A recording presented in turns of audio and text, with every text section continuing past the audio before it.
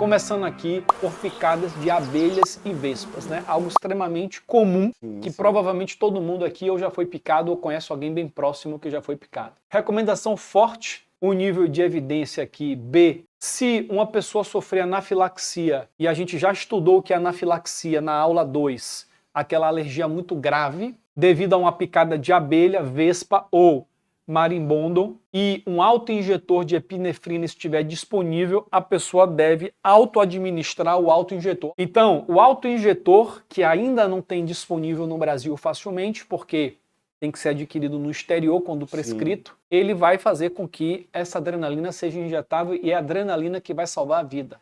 Tá? Então, abelhas, vespas, é uma possível fonte para desencadear uma reação alérgica potencialmente fatal, né? Uma anafilaxia. Portanto, está recomendado ali o autoinjetor. Mais uma recomendação forte, né? Benefício supera muitos riscos. Oriundo de um consenso de especialista, um prestador de primeiros socorros deve auxiliar uma pessoa com anafilaxia a usar o autoinjetor caso seja necessária assistência. Vai lá, Alan. Então, assim, ó, inclusive essa recomendação aqui, ela já se adequa à nossa realidade, que é justamente, né, você é um prestador de primeiros socorros.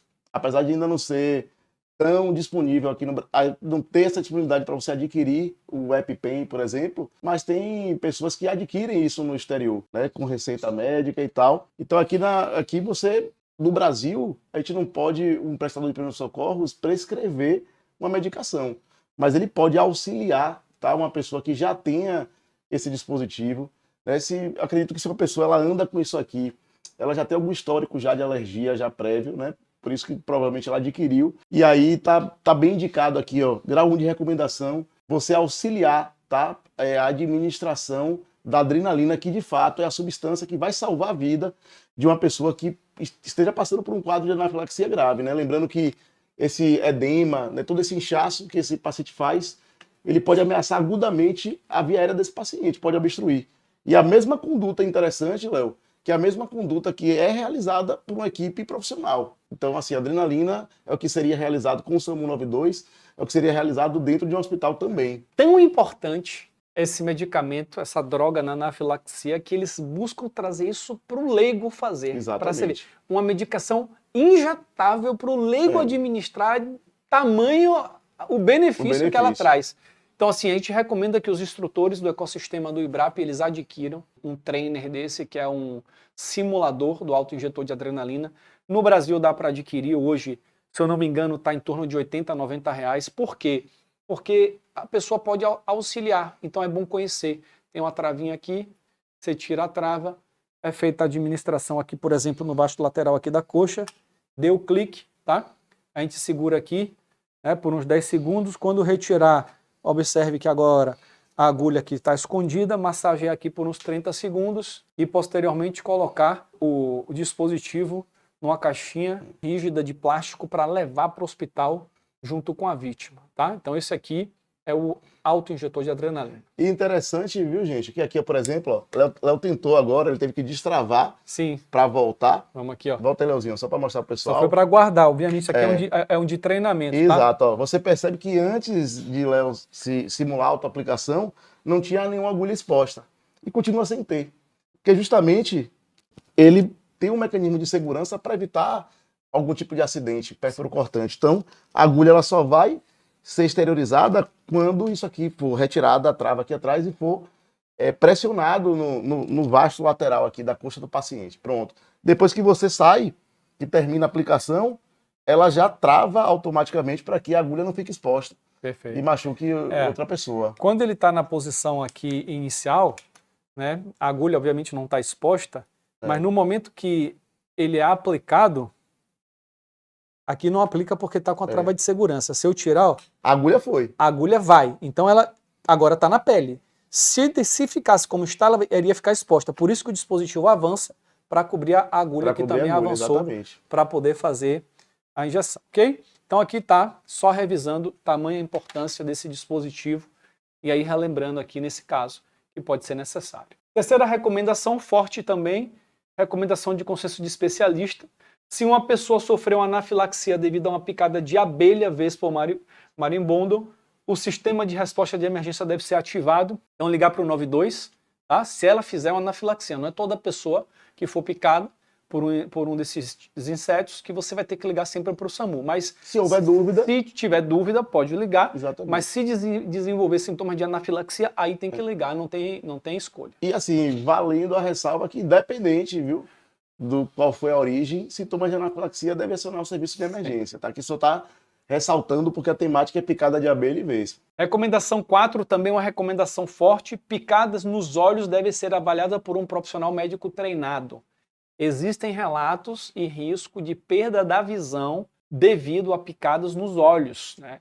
Pode ter um edema muito grande e esse edema, existem vasos bem finos que entram na órbita para poder nutrir os olhos e quando tem um edema muito grande na região, pode haver uma isquemia no olho, o paciente pode vir a perder o olho por conta disso. Então, se teve uma picada no olho, mesmo que não tenha anafilaxia, mas viu que foi a picada no olho, não espera piorar para procurar ajuda médica. É automático. Picada no olho, vai, porque você vai ser acompanhado e se precisar, algo vai poder ser feito para evitar a progressão da patologia. É uma região muito nobre, pessoal, então tem que ser avaliado direitinho. Ainda falando de picadas de abelha, dando continuidade, a gente vai agora para uma recomendação moderada, né, oriundo de um estudo não randomizado. A remoção de um ferrão remanescente na pele o mais rápido possível, arrancando ou raspando, pode ser benéfica. Os estudos mostram, inclusive, que pode haver uma reação pior quanto mais tempo o ferrão fica. Existem diferentes tipos. Tem o ferrão, que é um ferrão que, uma vez que é feita a picada, esse ferrão ele fica na pele e ele se desprende do animal. E esse ferrão ele pode continuar, inclusive, injetando o veneno depois da picada. Por isso que ele tem que ser retirado. E também tem ferrão liso, que a mesma abelha pode picar várias vezes, por exemplo, pessoa. Tá? Mas tendo o ferrão ali localizado, é importante que o quanto antes ele seja retirado da pele. Foi localizado que tinha um ferrão ali na determinado local. Vai ser feito, vai pinçar o ferrão e retirá-lo. Ou através de raspagem, tá? Tomar cuidado, pessoal, porque às vezes até a forma que você vai retirar esse ferrão, você tem uma espécie aqui, ó, de estrutura que é justamente onde contém a substância que é considerada como algo tóxico ao organismo. Então, até a forma, às vezes, de você tirar isso aqui, você pode acabar administrando ainda mais. Então, o ideal é até que você raspe e pince e rente a pele justamente para evitar que você, ó, ao apertar isso aqui e puxar de qualquer jeito, você pode acabar não só não retirando o ferrão, como você pode acabar, ó, direcionando ainda mais a substância para dentro do organismo do paciente. E ele traz, né, como você vê que no texto ele traz assim, ó, arrancando ou raspando pode ser benéfica, né? Ele traz uma recomendação moderada, né? Porque se não for bem feito, você corre o risco de gerar mais lesão no paciente, então por isso que tem esse cuidado na recomendação. Mais uma recomendação moderada, dessa vez oriundo de consenso de especialista, antihistamínicos orais de venda livre podem ser usados para aliviar a coceira local, então é um sintomático. Né? Ali vai ter uma coceira, às vezes dá uma vermelhidão, um pequeno edema. Então, o antihistamínico via oral seria o quê? Um medicamento para aliviar um pouco a alergia e os sintomas. Sim. Quais são esses antihistamínicos? Por exemplo, uma loratadina, uma desloratadina, né? Esses tipos de medicamento, polaramine. Tem os nomes comerciais, né? Outra recomendação também moderada seria o uso de corticosteroides tópicos. Podem ser utilizados para aliviar a coceira local. É um corticoide, uma pomada de anti-inflamatório que é passada no local. Lembrando que isso aqui são drogas.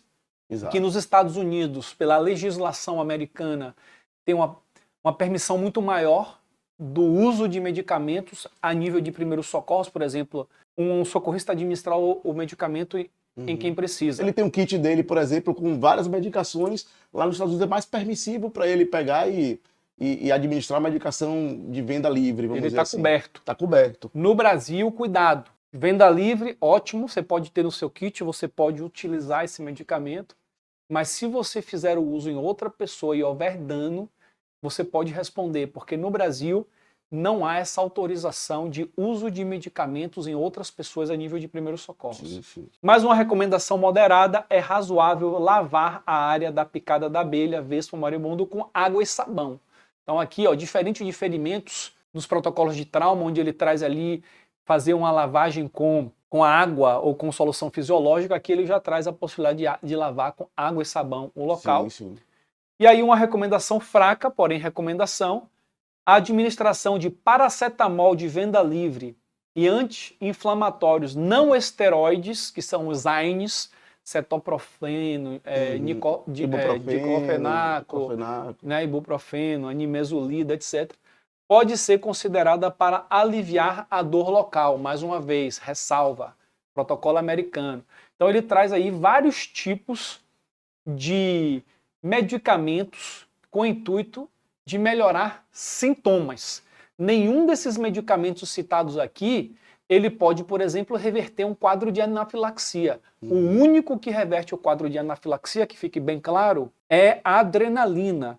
Isso vale tanto para primeiros socorros quanto para a PH e esses outros medicamentos aqui eventualmente injetáveis. Não funcionam para salvar a vida do paciente em anafilaxia, somente a adrenalina, não é isso? Perfeito. Não? E às vezes as pessoas não têm muito essa percepção, mesmo no ambiente de atendimento profissional, né? E aí dá preferência à aplicação de corticoide ou de um antihistamínico, e isso aí pode deixar a vida do paciente ameaçada gravemente. Não quer dizer que não deveria utilizar, mas a adrenalina é a medicação que deve ser realizada. Antihistamínico é para urticária, é para coceira, vamos dizer assim. Perfeito. Basicamente. E mais uma recomendação aqui, 2B, né, fraca. A administração de gelo ou compressas frias pode ser considerado para alívio da dor. Então, eventualmente, o gelo, compressa fria, também entra aqui como uma das possibilidades. Analgésica e não invasiva. Tá? Aqui na nossa bancada eu trouxe aqui alguns exemplos de medicamentos, né, de compra livre em farmácia, mais uma vez, não querendo incentivar o uso a nível de primeiros socorros de forma alguma em outra pessoa, mas sim para mostrar, para ilustrar aquilo que o próprio protocolo traz para a gente, que pode ser utilizado em um kit em casa, caso você se acidente ou você queira fazer o uso em si próprio, já que são medicamentos de venda livre na farmácia e que está previsto em protocolo de primeiros socorros, então a gente está mostrando aqui com esse motivo. Então também a ideia não é fazer divulgação de nenhum tipo de marca específica, mas aqui seria um exemplo, né, aqui, ó, antialérgico, esse aqui seria uma loratadina de 10 mg, um exemplo. Aqui nós temos um paracetamol, né, 500 mg, que seria um analgésico comum. Tem a dipirona também no Brasil, que realiza a mesma função, mas com aquele cuidado, sabendo que algumas pessoas têm alergia, né, a dipirona. Aqui é um exemplo de um AINE, que é um anti-inflamatório não esteroidal, cetoprofeno, por exemplo, que é diferente, não é um corticoide. Há um outro tipo de anti-inflamatório, também foi citado. Aqui nós temos um exemplo de uma pomada anestésica, analgésica. Então aqui nós temos a lidocaína, uma pomada à base de lidocaína.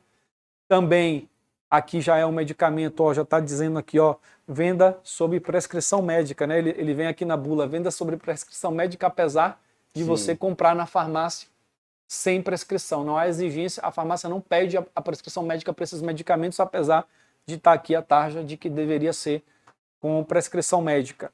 Então aqui seria uma pomada para alívio de sintomas, e aqui seria um outro tipo de pomada, aqui nesse caso seria o acetato de hidrocortisona, é uma pomada à base de corticoide. Então todos esses medicamentos que eu mostrei aqui são os medicamentos que foram citados nesse protocolo de picadas de abelhas e vespas, lembrando que tudo isso é para alívio de sintomas.